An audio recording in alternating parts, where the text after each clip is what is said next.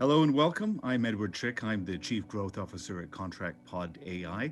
Welcome to our continuing series of legal tech talks. Today I'm happily joined by Robin Snasdell, who is the Managing Director at Consilio. He's responsible for the Law Department Management Consultancy practice. Welcome, Robin. Good to see you. Thank you. We haven't chatted in a few weeks, and I know lots of things are happening. We're at the end of a quarter. Business is starting to pick up. We've had quite an interesting year, I would say. So perhaps we could open with you sharing some of your thoughts on that past year and how business is for you and the areas of focus that are top of mind and most important to you.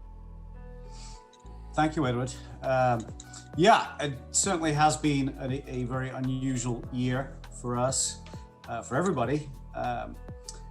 We at Consilio actually had the best year that we've ever had, which is very fortunate. We had, I think, an uptick of multiple percentage in terms of revenue, and I think that it was, partly due to the fact that people weren't having to commute anymore. They were being able to work from home, and so that obviously did have an impact on our company as a whole. I think that our clients, however, is more of a mixed bag. We had some clients who were in the direct crosshairs of the pandemic. For example, a company that runs restaurants and different food services in stadiums, and so obviously with all the sports not going on earlier in the pandemic, that had a big impact on them. And then that was on one end of the spectrum. On the other end of the spectrum were companies that actually benefited from the pandemic, and you could ask, well, what kind of companies benefited? But companies that were in the delivery business, as an example, they did have an uptick in business. So it's kind of a mixed bag of things that were out there. I think that as we, are coming to an end, hopefully, getting people vaccinated and us being able to re-emerge from lockdown. I think that that is starting to happen. We're seeing, certain companies going back to business, partial capacity, full capacity, etc. So it is happening. And as it relates to our business and what we do here at Consilio, which is obviously consult to corporate legal departments, I think that we, as you are seeing, Edward, we're seeing an uptick in interest. We're seeing budgets being, reinstalled, and projects and initiatives being kicked off that had been put on hold. So there's definitely a lot of that's going on. Well, our past year has actually been quite strong as well, despite the pandemic, and we're seeing even further evidence of growth coming to us, with things coming a little bit back to normal for the reasons you'd mentioned. One of the reasons we wanted to share this legal tech talk with our customers and the sort of ecosystem at large is that we have recently announced a partnership between our companies. This is, I think, very important. We at ContractPod are focused on establishing a contract management and larger legal operations excellence platform. And to do that, we very much welcome the partnership with yourselves, because you deliver further reach into the marketplace through your professional services. It's a very good fit, and we think that this is going to help us change the marketplace together.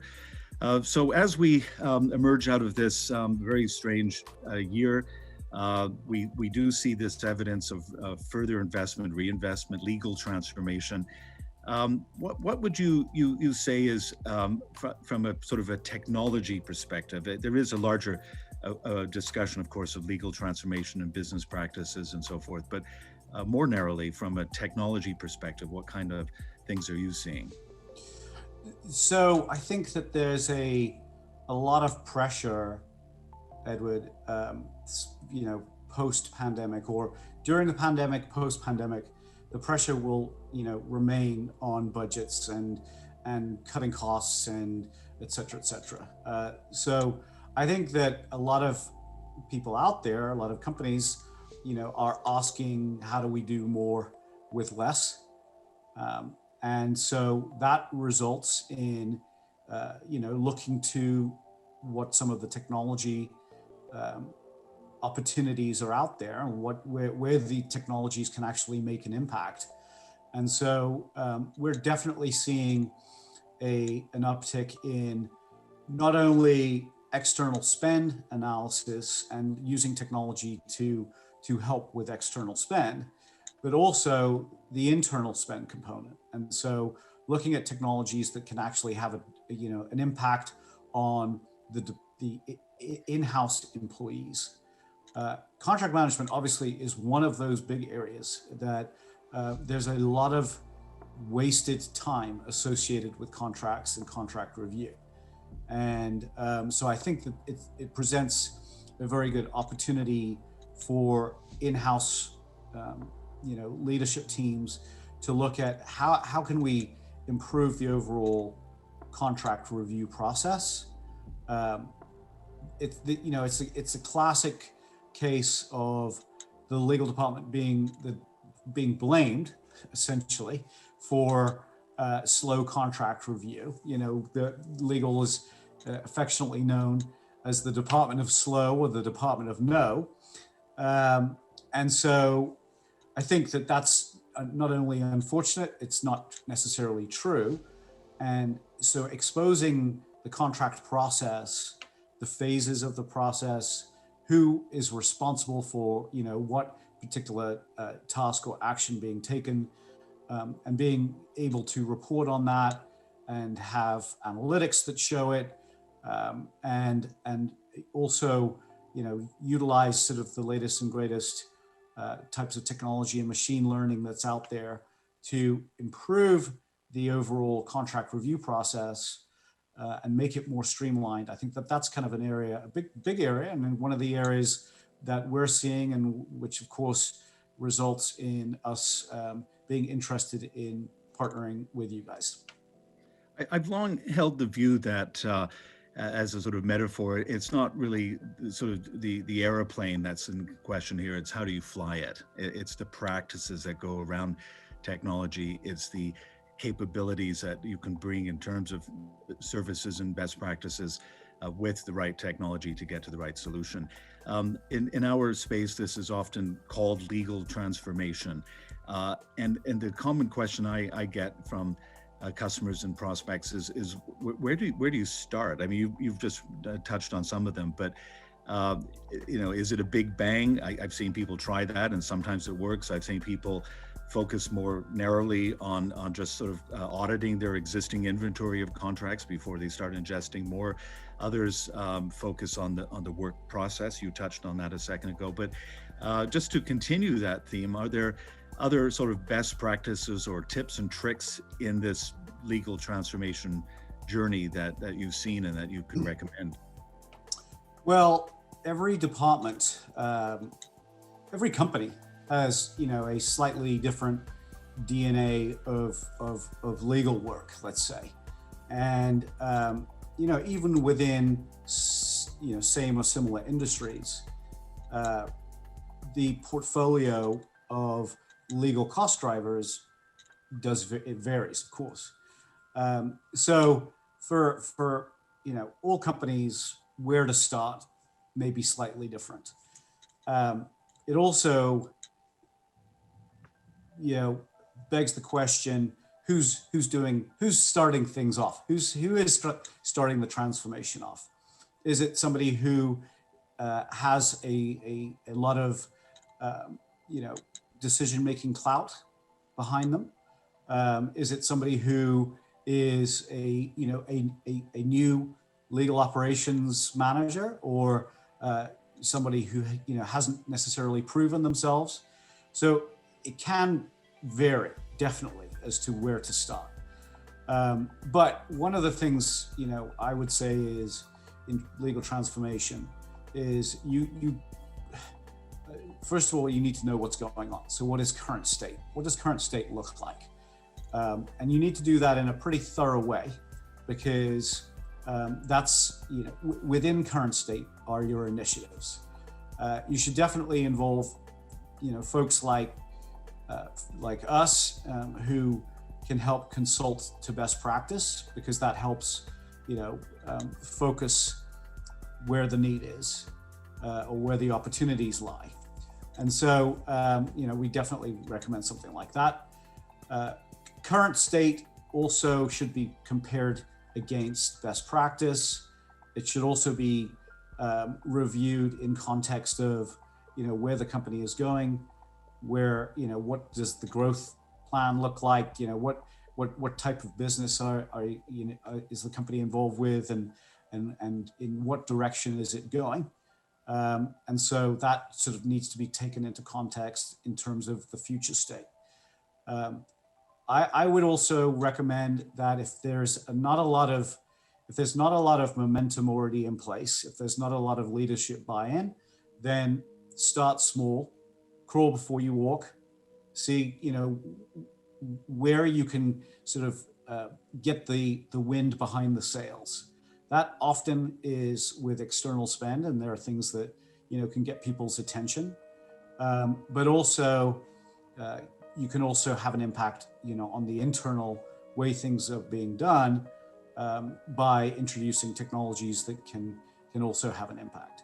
So crawl before you walk if you don't have a lot of momentum. If you do have a lot of decision-making clout and are ready to go, then put together a roadmap that sort of prioritizes multiple initiatives, and then if you're in that position to be able to execute multiple initiatives at the same time, which I don't think most companies are in that position. Most companies are sort of fighting change management, fighting getting financial support for initiatives. I do think that post-pandemic, like I said, because there is more focus on cutting costs, that there is at least appetite, at least people are listening to what are some of the opportunities that are out there. So I think that is a good thing. There's also, industry groups such as ACC and CLOP that are presenting models and that can be referenced to sort of show the relative maturity of a company's law department, which is good, because then that can also prompt people into action. But understanding current state is the most effective way of being able to see what those initiatives should be and what they would look like going forward. Yeah, I think establishing that baseline is a best practice for technology initiatives in the broadest terms too. What I've seen more happening in the last 18 months or so is the willingness to not just do current state, but to measure the costs associated with it, and get some granularity as to where all those costs are appearing, whether internal, external, the risks of business, the cost of insurance for unspecified peril, for example, and getting to some sort of interesting detail around where your legal exposures and the costs associated with it, and the cost of legal operations in general. In fact, last year, Gardner did a fairly comprehensive study of the state of legal automation. I'm actually reading now, this is a quote, 89% of the 340 respondents reported that their organizations met or exceeded the expected return on investment of their new legal automation technology. That's a pretty solid endorsement of the measurable benefit of legal technology, very much in alignment with our views and experience. There's still, of course, a number of companies who haven't completed the journey. It's an ongoing thing. What do you think might be sort of causing some companies to sort of still hold back a little bit? Is it fear of the technology or fear of change, or maybe they just don't know? Any thoughts on that? In our latest survey, the number one challenge for a law department, for the respondents of that survey, was change management. And so I think that fear of change is still definitely one of the key things that need to be overcome. We do transformation type projects for our clients, and it takes a certain mindset from the leadership team to want to know and want to change. And even when leadership teams have developed that mindset, there's still resistance. It's still a challenge that somebody may say, let's say an AGC of litigation may say, yeah, that's all right. Yes, we can transform, but we're not changing anything in litigation. So we still see a lot of that in terms of, just because there's even a leadership mindset or appetite to do transformation doesn't mean that everybody is on board. And so one of the key things that we recommend is to do a stakeholder assessment to understand how where a person's mind is in terms of the transformation or the change, how big that delta is, and then developing a number of different things to enable that person to get on the right boat and row in the right direction. So it's not necessarily always a simple thing, and as our survey indicated, it's actually the top challenge. But with that being said, I think that going back to your point, Edward, cost and financial pressure is one of the best facilitators or prompters of needing to change. As I look at the actual, the landscape as a whole, not everybody is there. Not everybody feels that, but if they were, then it means that they need to embrace change, and they need to question exactly, what they were doing on a day-to-day basis. Sometimes that can create a little bit of pain. So those are the inhibitors. I think change management is obviously is a challenge. Fear of change, pain associated with change, optics is another area. I mean, we do a lot in cost management, external spend analysis. One of our challenges there is the optics that it presents, because when you shine light on the problem, sometimes there are people who are responsible for that problem, and so, or at least didn't want to deal with that problem, and that can cause, an optics issue also. So those are some of the reasons why people, are not all embarking on massive transformation projects. I think there are two allies that are often overlooked. One is the chief risk officer. Those individuals are, of course, concerned with systemic risk in all its form, much of which, of course, is captured and contained in contracts and legal activity, and the associated costs of mitigation should it occur or need to occur. And there's a heavy regulatory exposure for that those individuals are focused on. But the other ally here is the chief financial officer. In the United States, another recent study showed in 2020 showed that 0.6% of top line revenue is as a cost is associated with all things legal for Fortune 500 companies in the United States. It's a little bit above the world average, which was 0.26, something to do with Americans being perhaps a little more litigious. But in any event, 0.6% of a $100 billion company is a fairly substantial amount and meaningful. And so The business case, I think, is clear and apparent, and very much part of what your company does, which is isolate that and offer paths to making it better. So there is a solid business case. What else might you offer to customers and prospects around sort of the blend of working together with Consilio? Of course, it's important to note that we recognize that Consilio is an independent company and works with a variety of different technologies. I do recognize that. But as you work with ContractPod, I should say, what kind of ideas that you sort of see as a path to engagements with customers? As we're obviously very focused on AI, we leverage IBM Watson.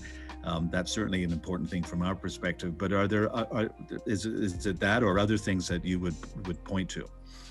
Sure. So, I mean, I think that one of the reasons that we've partnered with ContractPod is, of course, the sort of best-in-class type of technology, Watson being included. So what we're looking at is helping our clients improve their contracting function overall. And so that is, within legal, usually lawyers are being asked to review contracts, and not only to review their own paper, but also review third-party paper. And so the review component is obviously an area where we can see a lot of opportunity. There's a lot of waste there in terms of, reviewing paragraphs that are actually just fine versus reviewing paragraphs that are against, your company's policies. So we're looking at the overall, review function as it relates to contracts, starting with the intake process, starting with, what is the request, through contract review, negotiation, execution, et cetera, et cetera. And so we help our clients kind of think through that process. And when we work with, a company like ContractPodAi, what we're thinking of is how do we, maximize the technology's value to the client? So where can we put Watson, for example? Where in the process can Watson enable a faster review? And so that's obviously an area of interest. Another area is the actual contract creation process, the assembly of contract documents that ContractPod can do. So those are just sort of examples of how we can take the technology, ContractPodAi, insert it into the overall contracting process to enable the attorneys in-house or even paralegals, the staff, to be able to review contracts more effectively, to be able to expose where the contract is in process, to automate or improve the way contracts and amendments are being generated. And so broadly, we're there. We're helping our clients do that. There are specific use cases that we're also able to utilize ContractPodAi in a more transactional kind of nature. So, for example, contract repapering exercises because of whatever regulatory change, GDPR, CCPA, LIBOR, some type of regulatory pressure results in the company having to repaper their contract agreements. And so in that situation, we can use ContractPodAi to help obviously digest sort of large volumes of contracts, be able to prioritize them, and go through the process of repapering them. And ContractPod, offers the opportunity to do that most effectively. Yeah, we both have many examples of working on those use cases, notably LIBOR. Even though some of the dates have been extended, that's a great area for further review, and there's many others. We've identified over 100 different use cases that align to the thoughts that you just gave. One area too, beyond the creation, edit, and workflow of building contracts or even repapering them, is the collection of metadata and establishing a sort of an aggregate view of the patterns across the content. In the case of some customers who have tens or even hundreds of thousands of contracts, having a holistic view of what are risk exposures or what are the work efforts required just for renewal cycles, for example, and having that larger purview across the full inventory, and finding patterns of good activity and or bad, and using the large view to sort of guide the future direction of both the business and also the management of the contracts themselves. Any sort of final thoughts today in terms of what the new world is going to look like when we sort of emerge finally from this challenge of COVID and so forth? Well, in the spirit of doing more with less, I think that we're moving definitely from an analog world into a digital world, kind of across the board. Edward, you mentioned contract metadata, and being able to extract that and be able to, manipulate it in ways to expose risk, in ways to, expose opportunity. Yes, to all of that. That is definitely happening more and more. One of the use cases in particular where we see a lot of metadata extraction is in the M&A space and contract due diligence. When a company is being spun off or acquired, there may be reasons to review legacy contracts, and those legacy contracts may be sitting around in boxes for all we know. So being able to get your hands on those legacy agreements, get the metadata extracted from them in an effective way, with technology, but also human review as a necessary component for quality control purposes. I think that is happening more and more, and we're getting, as a company, we're getting a lot of interest in contract review just in generally, but then more specifically for activities like due diligence reviews. Often, a company to suggest to a company, go out and get all of your legacy agreements and review them to extract important pieces of information, and then put them, into a technology such as ContractPod. If that's kind of a long stretch if you don't have a real impetus. And so things like due diligence in a M&A, in an acquisition or a divestiture, that provides a really solid impetus. But other than that, I think that companies are generally feeling that among their legacy agreements, that there is opportunity to digitize, there's opportunity to extract data, there's opportunity to remove the rot that is duplicative or not providing value, for a number of reasons. And obviously risk management is one of them, but another is some of the use cases that are associated with them.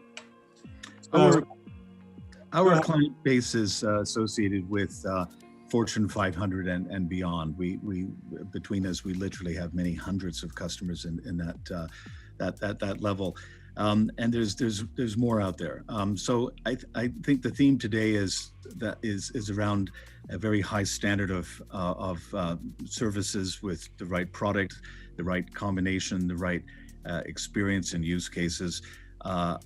Speaking on behalf of ContractPodAi, I'm very much looking forward to doing a lot more work with Consilio. It's an excellent partnership. Our customers have witnessed this, and there's many more out there who I'm sure will benefit.